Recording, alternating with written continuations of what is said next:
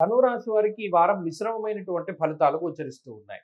సప్తమ గురుడు, షష్ఠ స్థానమందు రవి బుధులు, ఈ వారంలో చంద్రుని యొక్క స్థితి 4 గ్రహాల తాలూకు అనుకూలతలు ఉంటే, ప్రత్యేకించి అర్ధాష్టమ శనేశ్వరుడు, అలాగే ఈ రాశ్యాత్తు ఉండేటువంటి సప్తమంలో శుక్రుడు, పంచమంలో కుజుడు, ఇవి మిశ్రమమైనటువంటి ఫలదాతలు. ఈ గ్రహములు ప్రత్యేకించి అనుకూలించే గ్రహములు, అందున చంద్రుడు మరీ బలంగా ఉండడం, ఆత్మకారకుడు, మనకారకమైనటువంటి గ్రహములు అనుకూలంగా ఉండడం వల్ల దశమంలో చంద్రుడు, దశమస్థో యథాచంద్ర యత్ర కార్యార్థ సాధనం. ప్రత్యేకించి వారం ప్రారంభంలో సోమవారము, మంగళవారాల్లో ఏదైనా చాలా కాలంగా అవ్వనటువంటి పని ఏదైనా ఉంటే, ధనురాశి వారు గనక ఆది, సోమ, మంగళవారాల్లో ఆ పనిని ప్రారంభం చేస్తే ఎటువంటి విఘ్నాలు, ఆటంకాలు లేకుండా వెళ్ళిపోతుంది. ఎందుకు?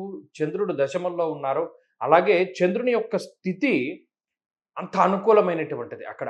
ఆ దృష్టిలు గాని, వీక్షణలు గాని ఇవన్నిటిని పట్టుకుంటే.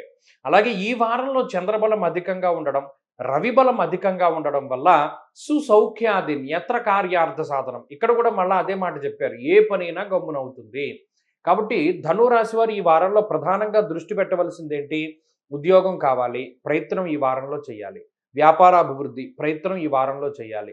లేదా ఏదైనా మనం స్థలాలు అమ్ముడవ్వాలి, కొనుగోలు చేయాలి, లేదా వాహనాలు, లేదా బంగారము తాకట్టు పెట్టినటువంటి వాటిని రికవరీ చేసుకోవాలి, కోర్టు కేసులు బాగుండాలి. ఇలా మనం ఏదైతే తీరనటువంటి డిజైర్స్ ఉంటాయో, కోరికలు ఉంటాయో, వాటన్నిటినీ ఈ వారంలో గనక ప్రత్యేకించి ఆది, సోమ, మంగళవారాల్లో ప్రారంభించినట్టయితే ఎటువంటి ఆటంకాలు లేకుండా పూర్తయిపోతాయి. మిగతా గ్రహస్థితి ఉద్యోగ పరంగాను, వ్యాపార పరంగాను అంతా కూడా సానుకూలంగానే గోచరిస్తూ ఉన్నది. అలాగే గత వారాల్లో లేనటువంటి మానసిక ప్రశాంతతను ఈ వారంలో పొందగలుగుతారు ధను రాశి వారు. ఇది కొంత ఊరటగా మనం చెప్పవచ్చును.